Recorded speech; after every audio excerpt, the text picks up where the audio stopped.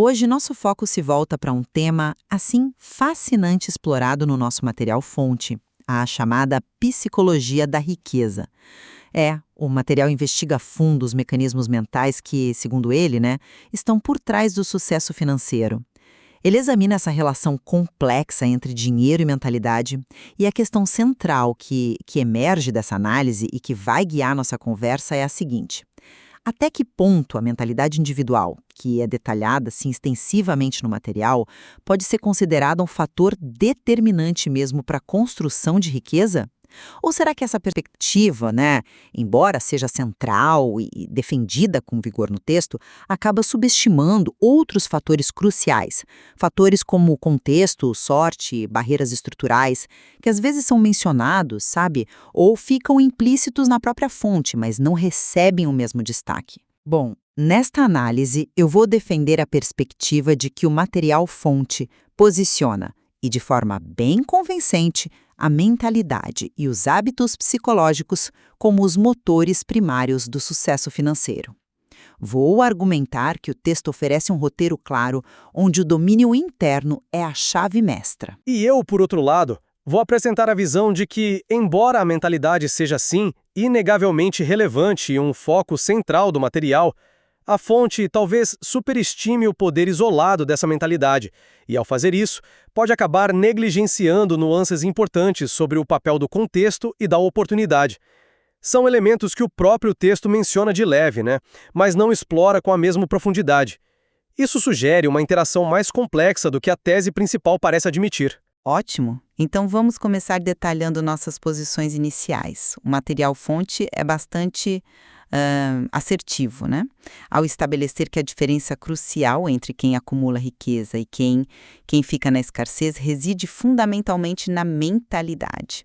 Aquela frase de impacto citada, o que separa os ricos dos pobres não é só o dinheiro na conta, mas sim a forma como eles pensam, acho que encapsula bem essa ideia.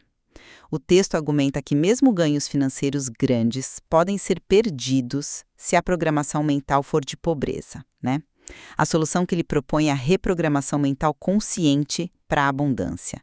O material é enfático nisso, repete bastante. O dinheiro sempre segue a mentalidade. Quer dizer, a transformação financeira é uma consequência da transformação interna, Primeiro você muda a mente e depois a conta bancária acompanha. E, o que é crucial, o texto oferece uma mensagem de esperança e de agência, sabe? Ele afirma que essa mentalidade rica é algo que qualquer pessoa pode desenvolver. O material detalha as características dessa mentalidade: visão de longo prazo em vez do imediatismo, a capacidade de enxergar oportunidades no meio dos problemas, um foco, assim, incessante em ideias, aprendizado, crescimento pessoal e a compreensão do dinheiro como um jogo estratégico, que é, antes de tudo, mental. Um passo essencial nesse processo, como descrito, é identificar e superar as crenças limitantes. Aquelas ideias, que ficam arraigadas, como dinheiro é a raiz de todo mal, ou é preciso trabalhar duro e sofrer para ganhar dinheiro, ou ainda pessoas ricas são gananciosas. O texto assegura que essas crenças podem ser mudadas, oferecendo um caminho para isso. Além disso, a importância dos hábitos financeiros positivos e da disciplina é muito destacada. A construção de riqueza não é um evento isolado, mas um processo contínuo. Riqueza é construída no dia a dia, através de pequenas ações consistentes.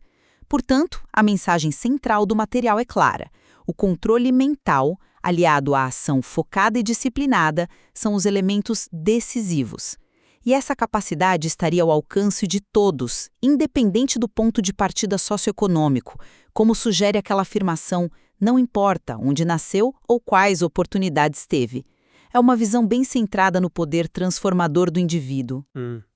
Olha, a minha leitura difere um pouco no peso que eu dou a essa tese central.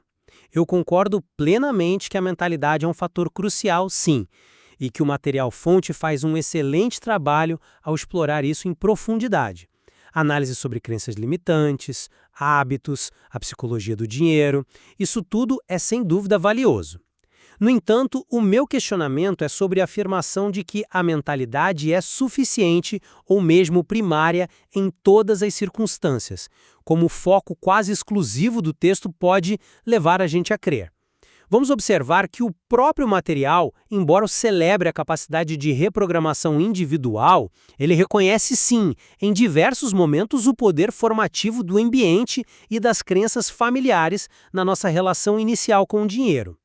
O texto menciona explicitamente o impacto da infância, e como certas ideias sobre dinheiro foram absorvidas pelo cérebro como verdade absoluta. Ele cita até aquela máxima popular: você é a média das 5 pessoas com quem mais convive. Ora, essas passagens sugerem que fatores externos, família, cultura, círculo social, moldam, e muito, a mentalidade inicial, o ponto de partida de cada um, certo? Essa influência externa, embora reconhecida, parece ser tratada mais como um obstáculo a ser superado individualmente do que como um fator que modula a própria capacidade de superação. Além disso, os exemplos históricos de sucesso financeiro que são citados, Weyerhaeuser, Astor, Vanderbilt, Carnegie, e a referência implícita a figuras como Bill Gates, eles são apresentados principalmente como prova da força da mentalidade, visão, persistência, risco calculado. Concordo que eles demonstram essas qualidades. Contudo, eles também são exemplos de indivíduos que souberam identificar e explorar oportunidades contextuais muito específicas das suas épocas. A expansão da exploração de madeira, o comércio de peles numa fronteira em expansão, a criação do crédito numa economia nascente, a revolução das ferrovias, a consolidação da indústria do aço, a explosão do software. O texto enfatiza a visão deles, enxergou o que ninguém via, mas talvez subestime o quanto a existência dessas oportunidades gigantescas, naquele tempo e lugar específicos, foi um fator que habilitou isso tudo. A afirmação de que qualquer pessoa pode desenvolver essa mentalidade, embora seja motivadora, soa um tanto simplista quando a gente confronta com a complexidade da realidade. O próprio material, em capítulos mais para frente, detalha a necessidade de consistência, descreve a construção de riqueza como um processo longo e árduo e discute longamente sabotadores internos como medo, ansiedade, procrastinação, além de dedicar um capítulo inteiro, o capítulo 6, à resiliência e persistência. Tudo isso indica que a jornada não é tão simples quanto só decidir mudar a mente. Existe uma luta implícita aí que pode ser mais ou menos árdua, dependendo de fatores que vão além da mentalidade pura. E, finalmente, o foco quase avassalador na autorresponsabilidade. A ideia de que tudo na sua vida é responsabilidade sua, embora seja um motor poderoso para a ação, corre o risco de minimizar ou até invalidar os desafios externos reais que muitas pessoas enfrentam. Crises econômicas, falta de acesso a capital, redes de contato limitadas, discriminação sistêmica, são fatores que o texto menciona brevemente, mas geralmente ele enquadra como desculpas ou ruído externo a ser ignorado pela força de vontade individual. Sobre as nuances e a complexidade, mas eu gostaria de voltar à força do argumento central do material: a primazia da mente como ponto de partida. A frase repetida "tudo começa na sua mente" não é só um slogan, sabe? É a fundação da filosofia apresentada ali. A distinção que o texto faz entre um mindset de crescimento, a crença de que habilidades podem ser desenvolvidas, e o mindset fixo, a crença de que são inatas, é apresentada como um divisor de águas fundamental. E o ponto crucial, segundo o material, é que adotar um mindset de crescimento é uma escolha acessível a qualquer um. O texto insiste, a escolha é sua. Quando a gente analisa os exemplos históricos como Astor ou Vanderbilt, o material não os retrata como meros sortudos que tropeçaram em oportunidades. Pelo contrário, ele enfatiza que eles criaram ativamente essas oportunidades através da visão única deles e da ação decisiva. O Astor, por exemplo, é citado não apenas por entrar no comércio de peles, mas por visualizar e criar a primeira grande empresa de crédito nos Estados Unidos, antecipando uma necessidade econômica futura. O Vanderbilt não só viu potencial nas ferrovias, mas consolidou irinhas, padronizou operações e pensou em escala nacional. Isso demonstra uma mentalidade proativa, sabe? Que não apenas reage ao contexto, mas o molda ativamente. O material sugere que essa capacidade de ver o invisível e agir sobre essa visão é o verdadeiro diferencial, mais do que o contexto em si. O contexto oferece as peças, mas a mentalidade é que constrói o jogo. É um argumento pertinente, claro. Contudo, a fonte também sugere que essa capacidade de escolha não opera num vácuo. Se, como o próprio material admite, as crenças da infância foram absorvidas como verdade absoluta pelo cérebro, quão livre e fácil é essa escolha de adotar um mindset de crescimento para alguém cuja programação inicial foi profundamente negativa em relação ao dinheiro ou ao próprio potencial? O texto reconhece a força dessas influências iniciais, mas talvez subestime a dificuldade real de desmontá-las. Não se trata só de escolher, né? Mas de uma batalha interna que pode exigir recursos, tempo, energia, talvez até apoio externo que não são igualmente distribuídos. Quanto aos exemplos históricos, concordo. A visão e a ação foram cruciais, mas a gente não pode dissociá-los completamente dos períodos em que eles viveram. A expansão territorial americana, a Revolução Industrial, eram tempos de transformação radical, com fronteiras abertas, tanto literais quanto econômicas, e tecnologias disruptivas criando um terreno fértil para fortunas de escala inédita. O texto celebra a capacidade dos ricos de enxergar portas onde a maioria só vê muros. A questão que fica em aberto é: essas portas eram estruturalmente as mesmas para todos naquela época e são as mesmas hoje? O material, ao focar tão intensamente na capacidade individual de ver, talvez não dê o devido peso à natureza e à acessibilidade dessas portas contextuais. A oportunidade de construir um império ferroviário no século XIX era única. Quais são as equivalentes hoje e quão acessíveis elas são para quem parte de condições desfavoráveis, mesmo com uma mentalidade positiva? Entendo a preocupação com o contexto facilitador, mas eu argumento que o valor central do material reside justamente em oferecer um caminho prático para superar essas influências iniciais e as barreiras percebidas através da reprogramação mental ativa. O texto não fica só na filosofia, ele detalha técnicas práticas. Fala sobre identificar conscientemente as crenças negativas sobre dinheiro e substituí-las por crenças fortalecedoras. Descreve o uso de afirmações positivas, não como mágica, sabe, mas como ferramenta para recondicionar o pensamento. Enfatiza a importância de mudar o diálogo interno de um discurso de escassez para um de abundância. O material chega a mencionar a base neurocientífica disso, falando em neuroplasticidade, que você mesmo mencionou, como a capacidade do cérebro de se reorganizar, formar novas conexões neurais pela repetição e foco, sugerindo que nosso hardware mental não é fixo. Essa abordagem prática indica que a mudança é vista como factível e metódica, não dependente de sorte ou de um contexto ideal. Além disso, o texto conecta essa reprogramação mental diretamente à ação consistente. Não basta pensar positivo, é preciso agir.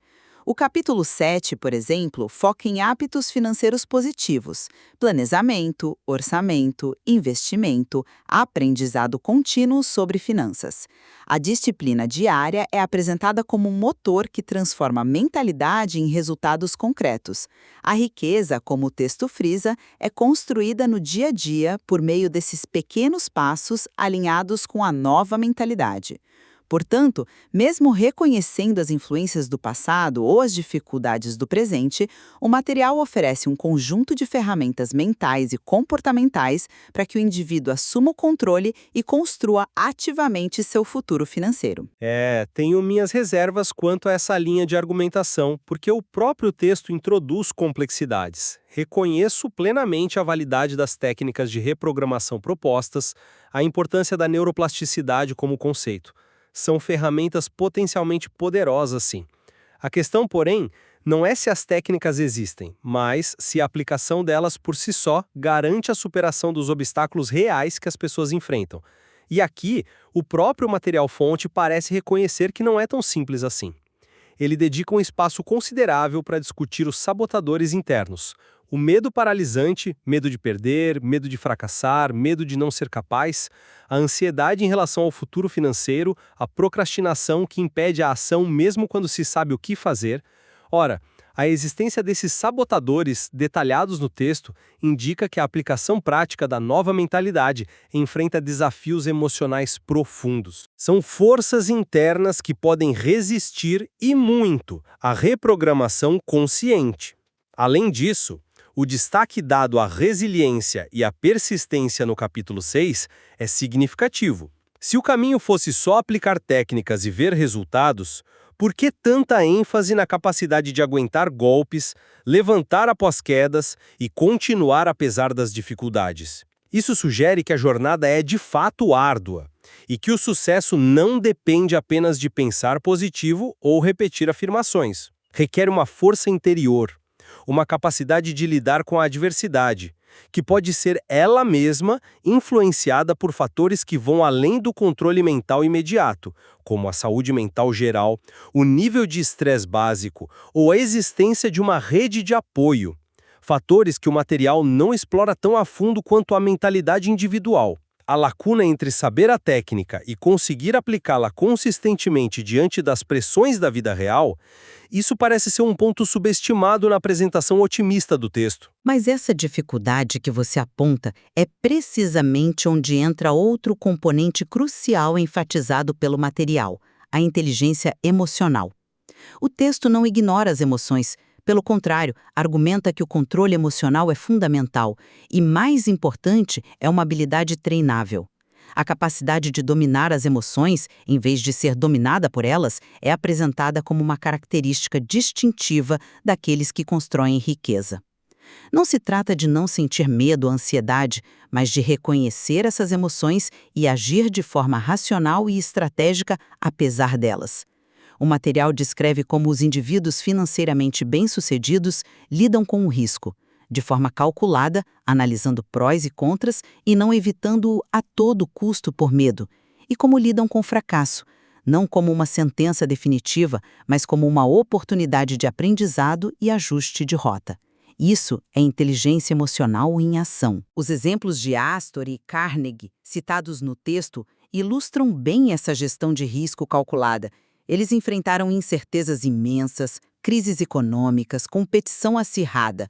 O que os diferenciou, segundo a análise do material, não foi a ausência de medo, mas a capacidade de usar a inteligência emocional para tomar decisões estratégicas de longo prazo, em vez de reagir impulsivamente às flutuações do momento ou às próprias emoções. O texto sugere que essa habilidade pode ser desenvolvida através de autoconsciência, autogestão, empatia para entender o mercado e as pessoas e habilidades sociais para construir redes e negociar. Concordo integralmente com a importância crítica da inteligência emocional, e o texto acerta ao destacá-la. É, sem dúvida, uma peça fundamental do quebra-cabeça financeiro. No entanto, a descrição que o próprio material faz das emoções ligadas ao dinheiro, medo avassalador, ansiedade paralisante, ganância desmedida, euforia irracional, mostra a intensidade dessas forças. A questão que permanece é: o desenvolvimento dessa inteligência emocional é puramente uma questão de vontade individual e aplicação de técnicas, como o texto parece fortemente sugerir? Ou será que fatores externos, como o nível mínimo de segurança básica e estabilidade financeira, influenciam diretamente a capacidade de uma pessoa de poder se dar ao luxo de arriscar, mesmo que calculadamente, e de manter o controle emocional sob pressão? O risco calculado de um Vanderbilt, já com um certo capital e uma rede estabelecida, opera numa realidade psicológica muito diferente do risco percebido por alguém que vive no limite, onde um único fracasso pode significar a ruína, entende? O texto foca muito no como dominar as emoções, descrevendo as estratégias mentais, mas talvez não explore suficientemente o quão viável é essa maestria emocional para todos, dadas as diferentes realidades materiais e níveis de estresse crônico que podem minar a capacidade cognitiva e o autocontrole. A pressão constante da escassez pode dificultar enormemente o desenvolvimento e aplicação dessa inteligência emocional tão necessária. Essa discussão nos leva diretamente ao pilar final e talvez o mais controverso da filosofia do material, a autorresponsabilidade radical. O texto é incisivo nesse ponto. Expressões como assumir o volante da sua vida financeira e a afirmação categórica "você é o único responsável pelos seus resultados" permeiam toda a narrativa. Há uma crítica explícita e contundente à mentalidade de vítima, a tendência de culpar fatores externos pela própria situação financeira. A crise econômica, o governo, o chefe, a falta de oportunidades, a família. Do ponto de vista apresentado no material, essa terceirização da responsabilidade é em si uma das mais poderosas crenças limitantes. Acreditar que fatores externos determinam seu destino financeiro é entregar o poder de mudança. Portanto, assumir 100% de responsabilidade, mesmo que as circunstâncias sejam difíceis, é apresentado como o passo fundamental, o ponto de virada para retomar o controle e iniciar a verdadeira construção da riqueza. É uma mensagem dura, sim, mas vista pelo texto como absolutamente necessária para sair da inércia. Embora seja uma colocação forte, a gente não pode ignorar que essa ênfase extrema pode ter um lado problemático. Eu aceito, sem reservas, a importância crucial da responsabilidade pessoal. Sem um senso de agência, de que nossas ações importam, não há motivação para mudança ou para aplicar qualquer uma das técnicas que a gente discutiu. Ninguém nega isso. No entanto, existe um risco real de que a insistência radical na autorresponsabilidade, tal como apresentada no material, possa ir longe demais, a ponto de, na prática, negar ou minimizar a influência muito real de fatores sistêmicos e externos. O texto menciona a economia, as políticas governamentais, o acesso a crédito, como no exemplo do Astor, que criou uma solução para uma lacuna de mercado, as redes de contato naquela ideia da média das 5 pessoas. Eles são enquadrados quase que exclusivamente como desculpas que a mentalidade forte deve ignorar ou como obstáculos a serem simplesmente transpostos pela força de vontade individual. Uma visão mais equilibrada, que talvez possa ser inferida lendo nas entrelinhas e conectando diferentes partes do material, reconheceria uma interação complexa. A agência individual é sim poderosa e indispensável, mas ela opera dentro de um conjunto de condições estruturais e contextuais, acesso à educação de qualidade, saúde, infraestrutura, mercados justos, redes de segurança social, ausência de discriminação, que podem facilitar ou dificultar imensamente o caminho para a riqueza traçado no texto.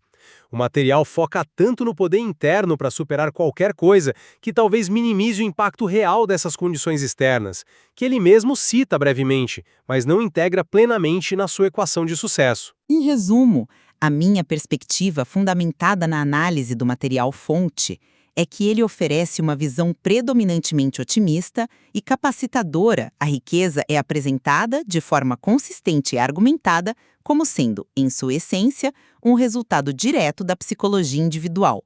A mentalidade que cultivamos, os hábitos diários que formamos, a inteligência emocional que desenvolvemos e, acima de tudo, a autorresponsabilidade que assumimos são retratados como as alavancas primárias para a transformação financeira. O texto argumenta que as ferramentas para essa mudança interna estão em grande medida disponíveis para qualquer pessoa que decida genuinamente buscá-las e aplicá-las com disciplina, independentemente das circunstâncias externas ou do ponto de partida. Sumarizando a minha posição, eu reafirmo que a perspectiva psicológica detalhada no material é sem dúvida valiosa, inspiradora e oferece insights importantes sobre a dimensão interna da construção de riqueza.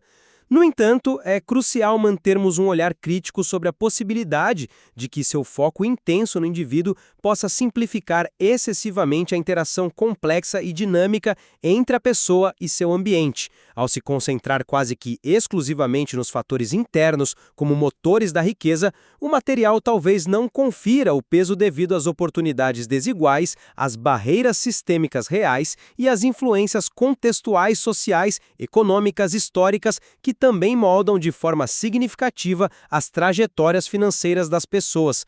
São elementos que o próprio texto menciona aqui e ali, mas que não são explorados com a mesma profundidade ou integrados de forma tão central quanto a tese da primazia da mentalidade. Reconheço que a interação entre os fatores internos, que o material enfatiza tão fortemente, e os fatores externos, que você trouxe à tona, é de fato um território complexo e multifacetado.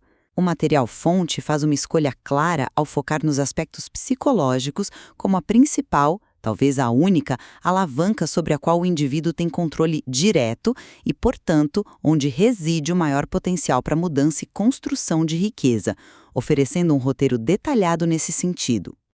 Concordo que a exploração profunda da mentalidade, das crenças e dos hábitos é o grande diferencial e a força motriz do material. Contudo, acredito que uma análise verdadeiramente completa da construção de riqueza, mesmo partindo deste texto rico em insights, se beneficia ao tentar integrar de forma mais explícita e ponderada as nuances contextuais e as barreiras estruturais que o próprio material menciona, ainda que de forma secundária ou como pano de fundo. Nossa análise hoje, baseada estritamente no material-fonte sobre a psicologia da riqueza, certamente revela diferentes camadas de interpretação e pontos de tensão. Fica evidente que tanto a configuração mental individual quanto as circunstâncias externas desempenham papéis, embora o peso e a interação atribuídos a cada um possam ser objeto de diferentes leituras e ênfases, como vimos aqui. Exatamente. Esperamos que esta conversa, ao explorar essas diferentes perspectivas contidas no próprio material, incentive quem nos acompanha a refletir criticamente sobre como esses diversos fatores, mentalidade, hábitos, emoções, responsabilidade, mas também contexto, oportunidade e barreiras se entrelaçam na sua própria compreensão do sucesso financeiro e em suas jornadas pessoais. Há certamente muito mais a desdobrar e ponderar dentro da riqueza de informações que o material-fonte oferece.